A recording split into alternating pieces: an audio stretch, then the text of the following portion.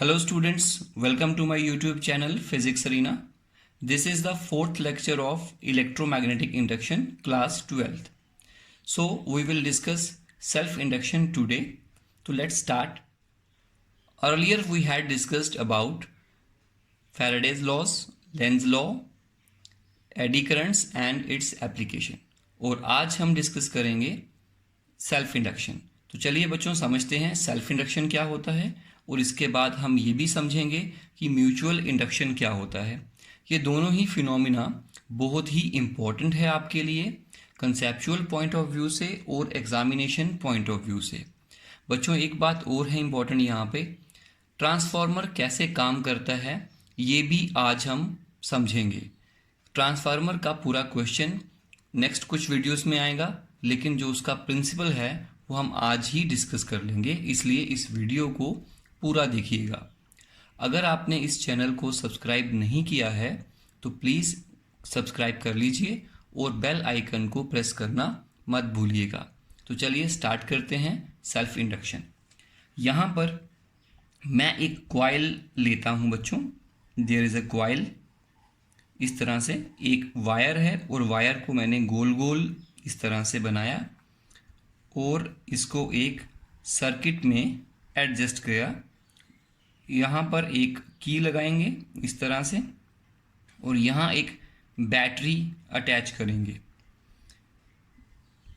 ये मान लेते हैं बैटरी का जो पोटेंशियल डिफरेंस है वो V है और यहाँ पर जो की लगाई है उसका नाम K है और ये कुछ N टर्न्स का एक कॉइल यहाँ पर अटैच किया है।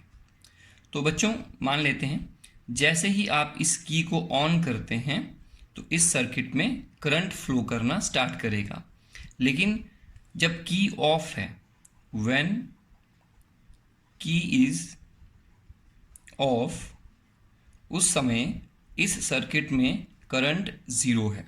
अगर इस ब्रांच में या सर्किट में करंट फ्लो नहीं कर रहा है तो इस कॉइल के अंदर मैग्नेटिक फील्ड भी नहीं होगी। This coil is just like a solenoid, ये सोलेनॉइड की तरह लगती है। अब जैसे ही आप करंट को या की को ऑन करेंगे, व्हेन की इज केप्ट ऑन, उस समय क्या होगा, current will start growing and gradually का मतलब होता है धीरे धीरे, ग्रेजुअली बिकम्स मैक्सिमम। इसका मतलब क्या हुआ, शुरू में जब की ऑफ थी तो करंट 0 एम्पेयर था और जैसे ही आपने की को ऑन कर दिया तो सर्किट में करंट हो गया 5 एम्पेयर। इसका मतलब ये हुआ कि करंट जो है वो इंक्रीज करेगा 0 से 5, पहले 1 एम्पेयर होगा, फिर 2 एम्पेयर होगा, फिर 3 होगा, फिर 4 होगा। तो करंट जैसे ही इस सर्किट में ग्रो करेगा तो यहाँ पर बनेगी मैग्नेटिक फील्ड, जैसे कि एक सोलेनॉइड में बनती है। इस तरह से मैग्नेटिक फील्ड बनेगी और वो मैग्नेटिक फील्ड भी ग्रो करेगी, क्योंकि magnetic field inside the solenoid is equal to mu naught times N I. N है number of turns per unit length और आई है जो इसमें से करंट फ्लो कर रहा है। तो बच्चों जब करंट चेंज करेगा 0 से मैक्सिमम तो मैग्नेटिक फील्ड भी 0 से मैक्सिमम इंक्रीज करेगी। तो शुरू में की ऑन करने पर करंट राइज करता है सर्किट में और उसके कारण यहाँ की जो मैग्नेटिक फील्ड है वो भी राइज करेगी, मतलब जो फ्लक्स है इस मैग्नेटिक फील्ड का वो इंक्रीज करेगा।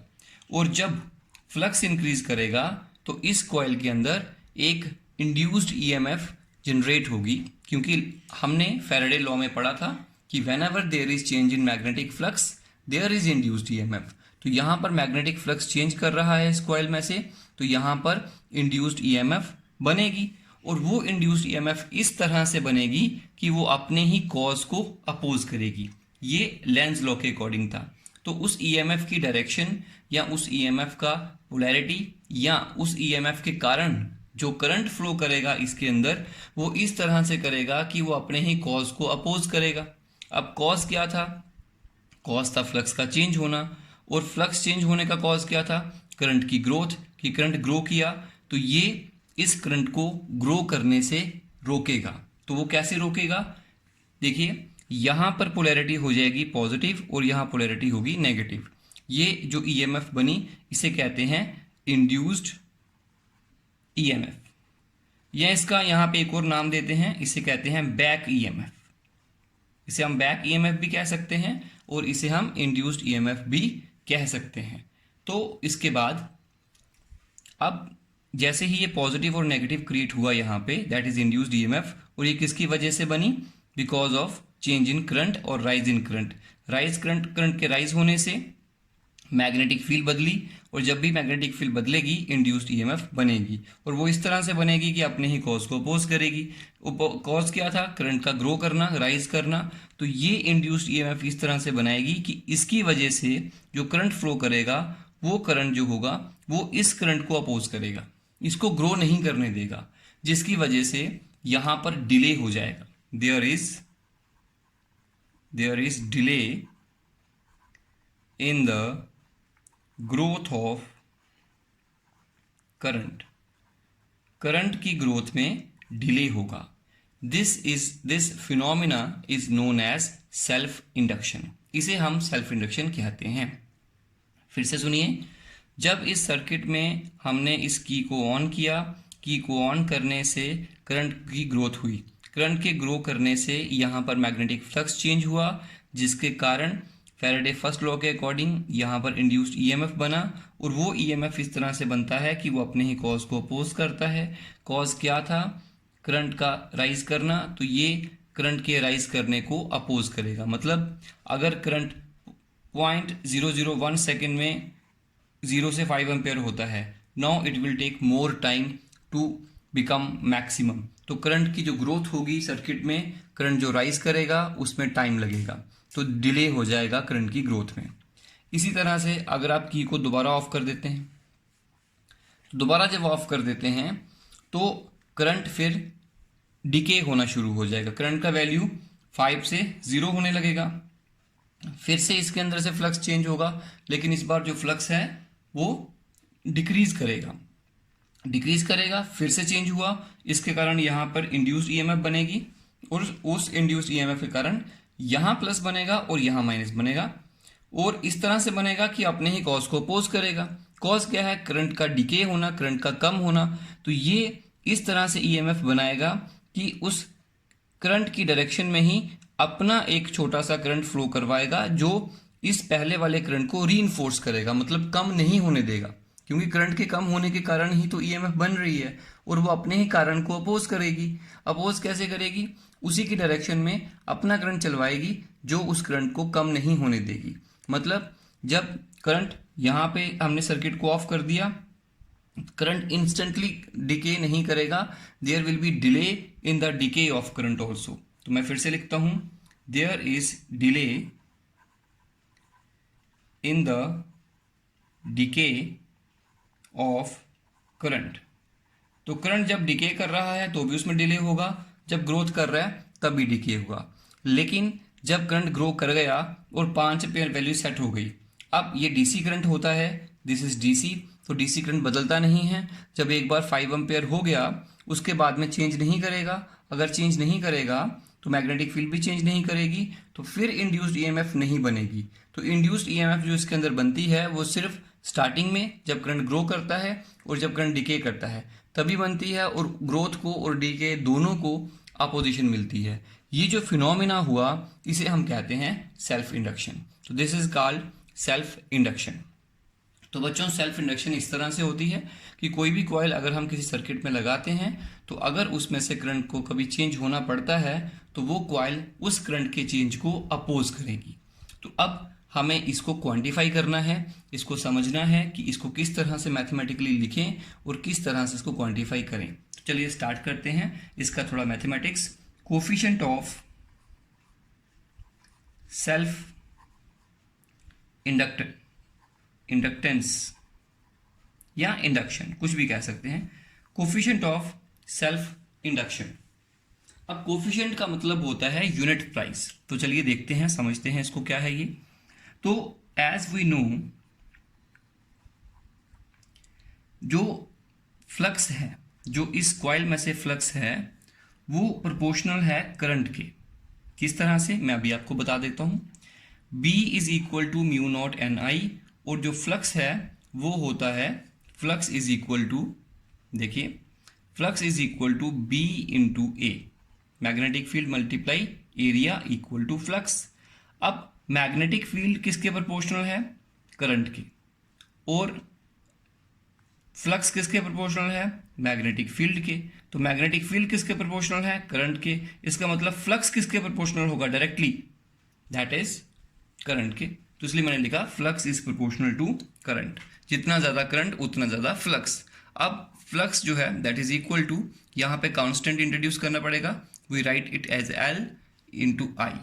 तो बच्चों ये जो एल इंटू आई है, यहाँ पर इस एल को हम कहेंगे कोफिशिएंट ऑफ सेल्फ इंडक्टेंस। यहाँ पे लाइन बना लेता हूँ, सेल्फ इंडक्टेंस, ये उसका कोफिशिएंट है। मैं अभी आपको सारी बातें बताता हूँ। इसके बाद as according to Faraday second law, according to Faraday's second law, induced EMF is equal to minus D phi upon D T. ये है Faraday second law, and that is equal to, अब फाई का value ये वाला substitute करिए यहाँ पे, minus D upon D T into L into I, and that is equal to, again implies E equal to, देखिए एल तो constant है तो बाहर लीजिए, minus L D I upon D T. This is the expression for back EMF. इसको back EMF कहते हैं, तो यहाँ पे लिख देंगे it is the expression for back EMF. यहाँ पे आया। अब late it B question number 1। अगर यहाँ पे ऐसा हो जाए, अगर करंट जो है वो हो जाए या D I upon D T 1 ampere per second हो जाए, अगर मतलब इस सर्किट में 1 एम्पेयर 1 सेकेंड में करंट चेंज करे, तो यहाँ पर हम ऐसे लिख सकते हैं, therefore equation number 1 becomes E equal to L। इस तरह से इसको बना सकते हैं, E equal to L।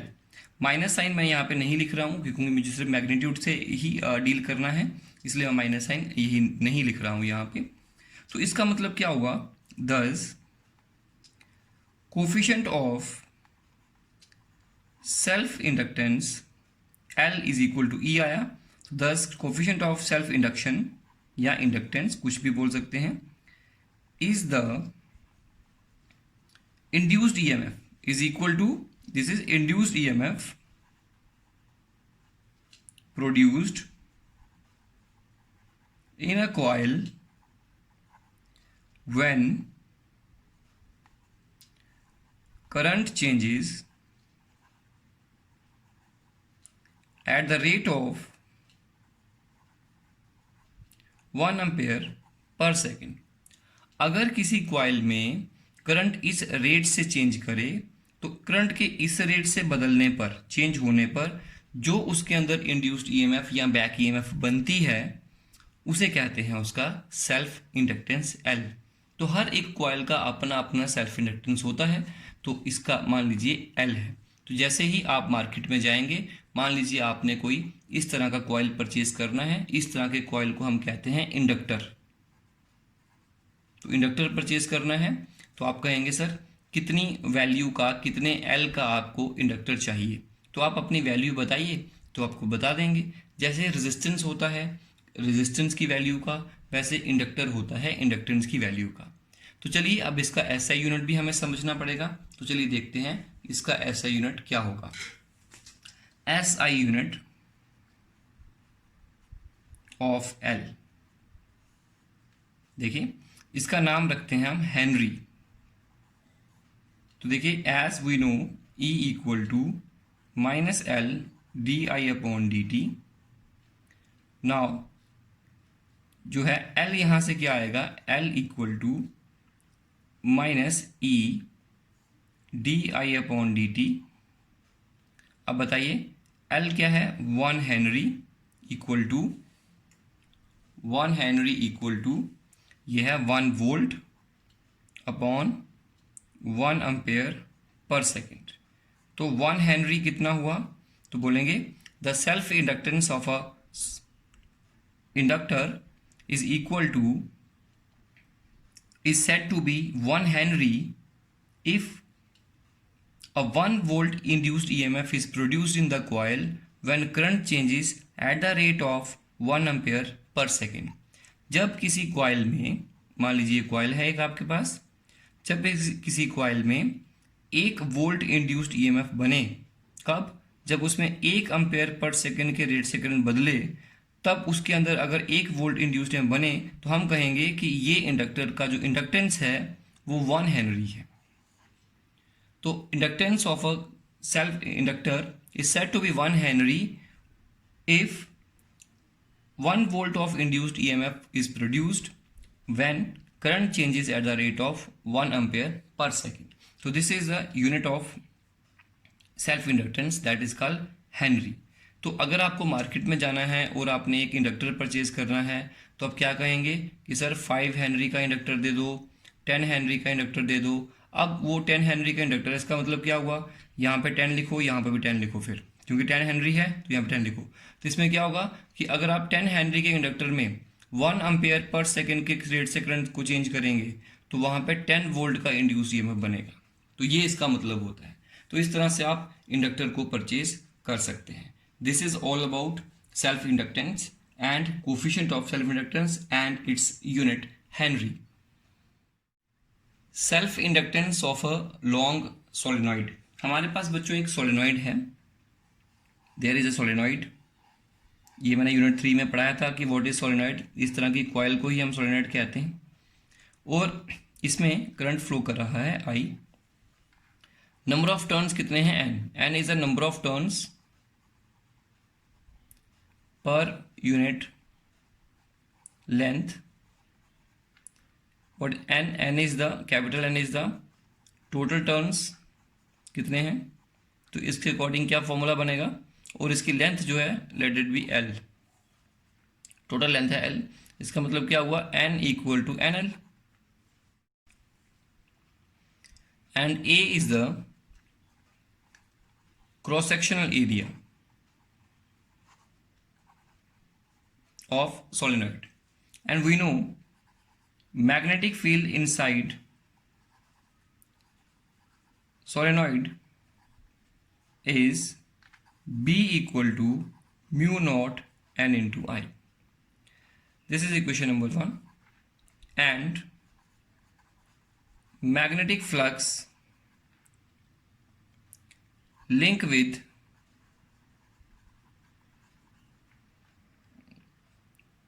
the coil or solenoid is phi equal to N B A. बच्चों एक्चुअली जो है एक कॉइल के साथ जो फ्लक्स लिंक करेगा वो करेगा B A, B into A is the flux, और सभी के साथ कितना टोटल करेगा, एन बी ए। लेकिन हम जानते हैं अब यहीं से फ्लक्स किसके बराबर आता है, N into mu naught N I into A. मैंने फर्स्ट इक्वेशन यहाँ पे सब्स्टिट्यूट कर दी बी की जगह। बट हमने तो सुना है कि जो फ्लक्स है वो होता है L into I, as we know, अभी हमने डिराइव किया। तो equation number 2 and equation number 3 दोनों को कंपेयर करो, कंपेयर 1 और 2 and 3, you will come to know that L into I is equal to N mu naught N I into A. तो I get cancel and L equal to mu naught N. अब देखिए बच्चों n जो है capital N है वो है NL, तो यहीं से हम लिख सकते हैं n equal to n upon L। तो यहाँ पे लिखेंगे mu naught n into n upon L into A, क्योंकि ये n ये आया और ये वाले n की जगह पे मैंने n अपॉन L लिखा। तो L किसके बराबर आ गया अभी, L equal to mu naught n square upon L into A. तो बच्चों ये होता है म्यूचुअल इंडक्शन का कोफिशिएंट। ये है म्यूचुअल इंडक्शन किसके लिए? सोलेनॉइड के लिए। अब एक चीज़ ज़रूरी यहाँ पे ये समझने वाली है कि किसी भी सोलेनॉइड या किसी भी कॉइल का जो म्यूचुअल इंडक्शन का वैल्यू है वो उस कॉइल की कंस्ट्रक्शन पे डिपेंड करता है। देखो ये क्या है? Number of turns. ये क्या? Cross sectional area. ये क्या? उसकी लेंथ। म्यू नॉट क्या है? कि आपने इस मटेरियल के अंदर, इस सोलेनॉइड के अंदर कौन सा मटेरियल यूज़ किया, कोर कौन सा रखा हुआ है? एयर है तो बोलेंगे एयर कोर्ड सोलेनॉइड। अगर इसके बीच में एयर है, हवा है, कुछ नहीं है मतलब, तो उसको बोलेंगे एयर कोर्ड सोलेनॉइड। और अगर बीच में आयरन है तो बोलेंगे आयरन कोर्ड सोलेनॉइड। कोर कौन है ये देखना पड़ेगा, सोलेनॉइड। तो अगर आयरन है तो म्यू नॉट का वैल्यू ज़्यादा होगा, और अगर एयर है तो उसका कम होगा। उस पर डिपेंड करता है, लेंथ पे डिपेंड करता है, क्रॉस सेक्शन एरिया पे डिपेंड करता है, नंबर ऑफ टर्न्स पे डिपेंड करता है। तो जो एल है वो बेसिकली उसकी कंस्ट्रक्शन पे ही, डायमेंशन पे ही डिपेंड करता है। इसके बाद नेक्स्ट टॉपिक है बच्चों म्यूचुअल इंडक्टेंस। म्यूचुअल इंडक्टेंस और सेल्फ इंडक्टेंस एक ही तरह के फिनोमिना है, बस थोड़ा सा इनके अंदर डिफरेंस है। चलिए समझ लेते हैं क्या है। आपने ज़रूर सुना होगा म्यूचुअल फ्रेंड्स भी होते हैं फेसबुक के ऊपर, और आज हम पढ़ेंगे म्यूचुअल इंडक्टेंस वो क्या होती है। तो देखिए बच्चों, म्यूचुअल इंडक्टेंस, मान लीजिए हमारे पास यहाँ पे कॉइल है, you have a coil here, जैसे हमने लास्ट टाइम लिया था, देयर इज अ कॉइल, और यहाँ पर इसके साथ एक आपने एक बैटरी या एक एसी सोर्स जोड़ दिया है। मान लीजिए ऑल्टरनेटिव करंट का एक सोर्स जोड़ दिया आपने, एसी। आप जानते हैं जो एसी करंट होता है वो लगातार बदलता रहता है, उसकी वैल्यू लगातार चेंज करती रहती है। और एक कॉइल आपने इसके साथ में ही रखी, जोड़ना मत, साथ में रखना। वो कॉइल के अंदर नंबर ऑफ टर्न्स जो हैं वो कुछ अलग होंगे, और यहाँ पे आप एक गैल्वेनोमीटर को लगा दीजिए। ठीक, अब बताइए इसके अंदर कोई बैटरी वगैरह कोई एनर्जी का सोर्स लगा है? नो। तो इसके अंदर करंट फ्लो होना चाहिए? बिल्कुल नहीं होना चाहिए। लेकिन इस कॉइल के अंदर, ये कॉइल नंबर 1 आ गई, कॉइल नंबर 2 आ गई। तो कॉइल नंबर 1 में एसी सोर्स है तो इसमें करंट फ्लो करेगा, कभी ऐसे फ्लो करेगा फिर उल्टा करेगा। इसके कारण यहाँ पर बनेगी मैग्नेटिक फील्ड, बिल्कुल बनेगी। और ये मैग्नेटिक फील्ड कैसी होगी? चेंजिंग होगी, क्योंकि मैग्नेटिक फील्ड का वैल्यू क्या रहता है? म्यू नॉट एन आई।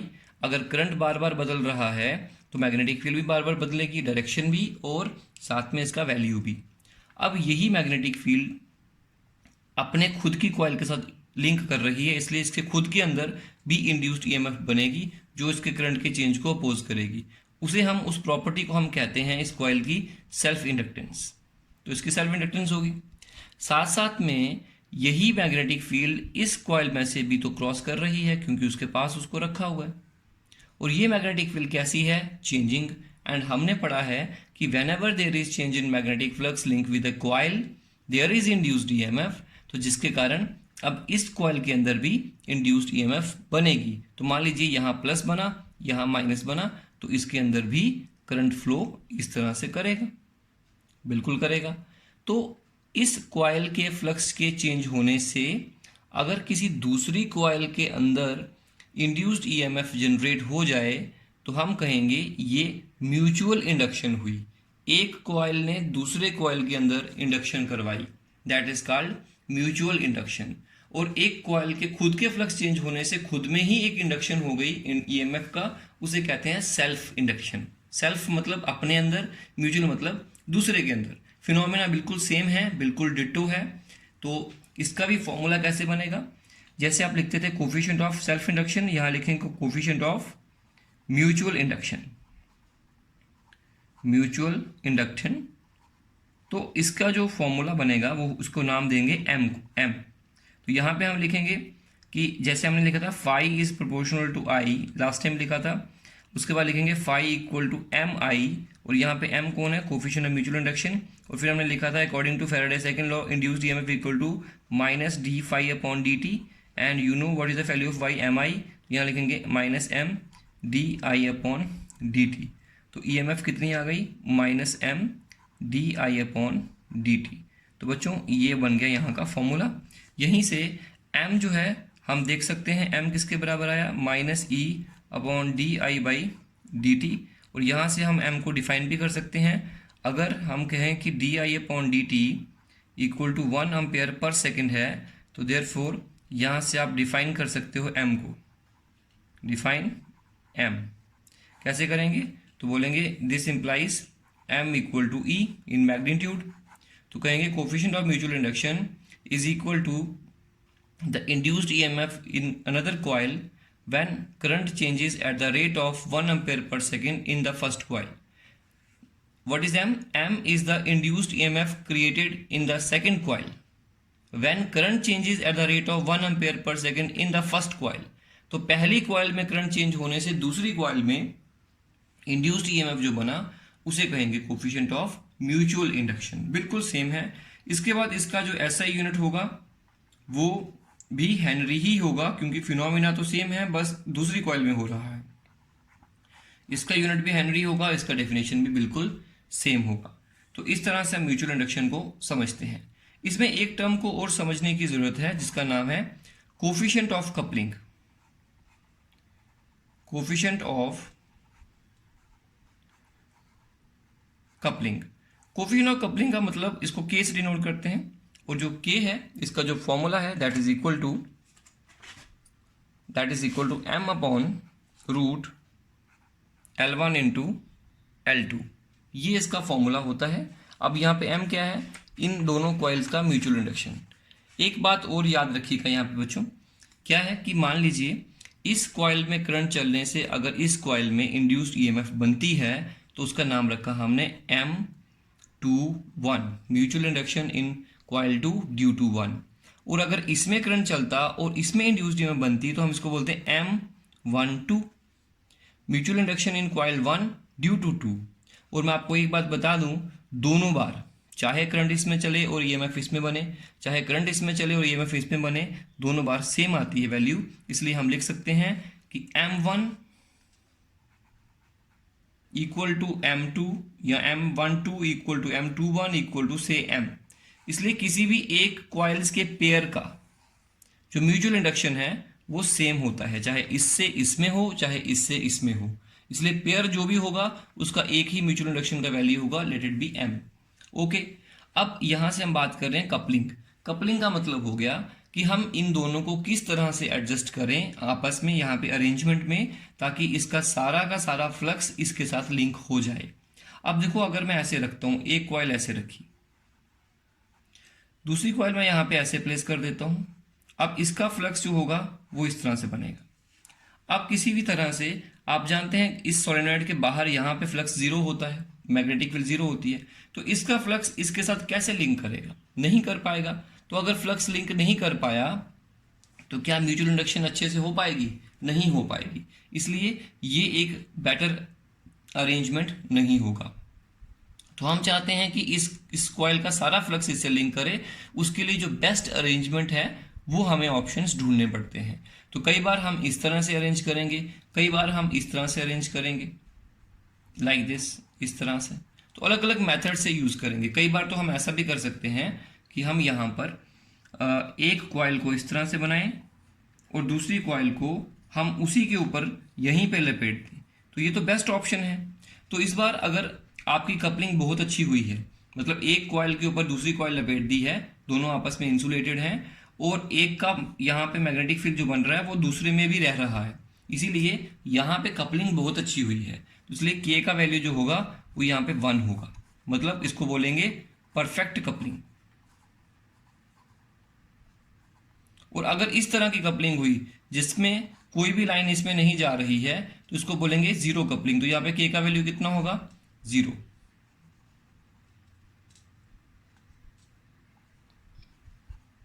तो के का वैल्यू हमें ये बताता है कि कपलिंग किस कंडीशंस की, किस तरह की कपलिंग हुई है, कपलिंग अच्छी हुई है या खराब हुई है, तो वो हमें के बताता है। तो के का वैल्यू डिसाइड करेगा कि कपलिंग किस तरह से हुई है। तो अगर के का वैल्यू 1 है किसी कपलिंग के लिए तो मतलब परफेक्ट है, और अगर के का वैल्यू 0 है मतलब जीरो कपलिंग हुई है, बिल्कुल भी फ्लक्स लिंक नहीं हुआ, तो हमेशा के का वैल्यू जो होगा वो 1 और 0 के बीच में ही लाई करेगा। Mutual induction of 2 long solenoids. तो बच्चों इस बार हमें पास 2 लॉन्ग सोलेनॉइड्स हैं और उन दोनों का म्यूचुअल इंडक्टेंस हमें कैलकुलेट करना है। तो देखिए, एक सोलेनॉइड मैं यहाँ बनाता हूँ इस तरह से, देयर इज ए सोलेनॉइड इस तरह से सोलेनोइड बनाया। मान लेते हैं इसका नाम रख देते हैं S1 और इसमें करंट फ्लो कर रहा है I1। इसके जो नंबर ऑफ टर्न्स हैं टोटल वो है N1 और इसका क्रॉस सेक्शनल एरिया है A1 और इसकी जो लेंथ है वो L है। ठीक, ये S1 की कैरेक्टरिस्टिक्स है S1। और यहीं पर एक कोएक्सियली एक और सोलेनोइड बनाया गया है कुछ इस तरह से, ये देखिए इस तरह से, और इसके अंदर करंट जो फ्लो कर रहा है वो I2 है। तो करंट एक साथ दोनों में फ्लो नहीं कराएंगे, पहले इसमें फ्लो करेगा, बाद में फिर इसमें करवा के देखेंगे। इसका जो S2 है, इसका जो नंबर ऑफ टर्न्स हैं वो N2 हैं, एरिया A2 है। ऑब्वियसली यहाँ पे दिख रहा है कि A2 जो है वो A1 से छोटा है और लेंथ दोनों की सेम है, L ले लेते हैं। चलिए अब सबसे पहले हम ये कंसीडर करेंगे कि I1 is flowing and I2 is not flowing। ये ज़ीरो है और I1 फ्लो कर रहा है, I2 फ्लो नहीं कर रहा।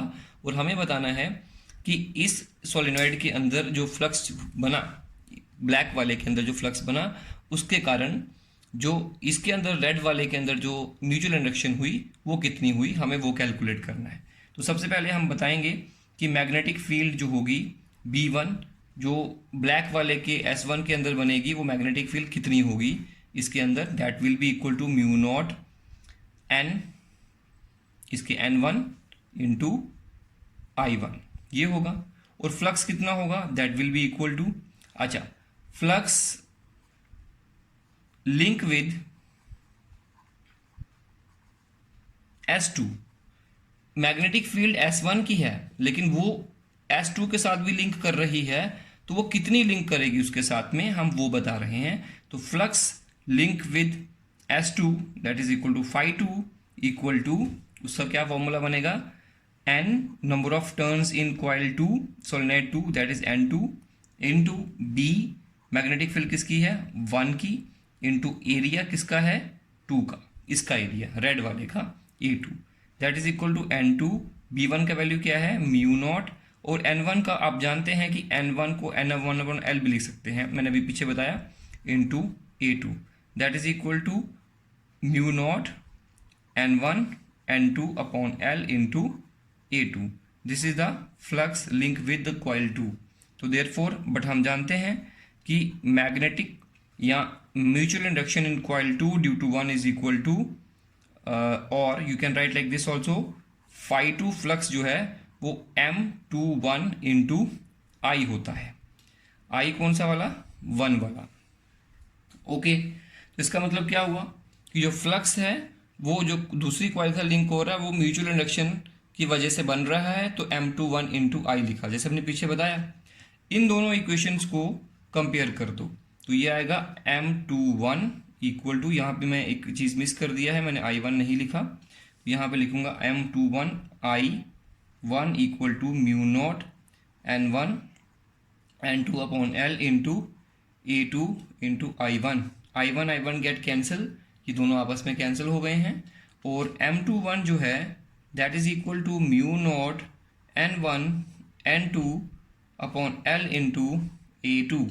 यहाँ से ये आ गई इसकी म्यूचुअल इंडक्शन इन कॉइल 2 और in solenoid 2 due to 1। Let be question number A। इसी तरीके से similarly if I2 is flowing and I1 is 0, इस बार हम क्या कहेंगे कि I2 में करंट फ्लो कर रहा है और I1 जो है वो 0 है, तो तब हम क्या करेंगे कि फिर कॉइल 1 में म्यूचुअल इंडक्शन होगी बिकॉज ऑफ कॉइल 2। तो उसके केस में भी आपके पास जो फॉर्मूला बनेगा बच्चों वो सेम बनेगा, आप बुक में देख भी सकते हैं, तो वो भी बनेगा N1 N2 इंटू A2/L, और एरिया जो है वो A2 ही आएगा। क्यों आएगा, क्योंकि दोनों केसेस में जो इफेक्टिव एरिया है वो छोटे वाले का ही होगा, हमेशा छोटे वाले का एरिया ही इफेक्टिव होगा, क्योंकि जब मैग्नेटिक फील्ड पहली वाली कॉइल में बनी थी तो इस लाल वाले के साथ सिर्फ इतने वाले एरिया के ही लिंक करेगी, तो एरिया उसके वाला आएगा।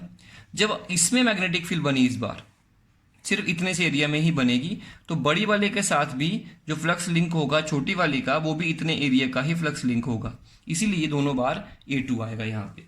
और आप इस A और B इक्वेशन से ये देख सकते हैं कि M12 is equal to M21 होता है, और इसीलिए हम इसको से M कह लेते हैं। तो this is the mutual induction of two long solenoids. तो बच्चों इसके ऊपर न्यूमेरिकल्स भी आते हैं, और अगले वीडियो में मैं आपके साथ इस टॉपिक्स के न्यूमेरिकल्स का डिस्कशन करूंगा। आज के लिए इतना ही। Thank you.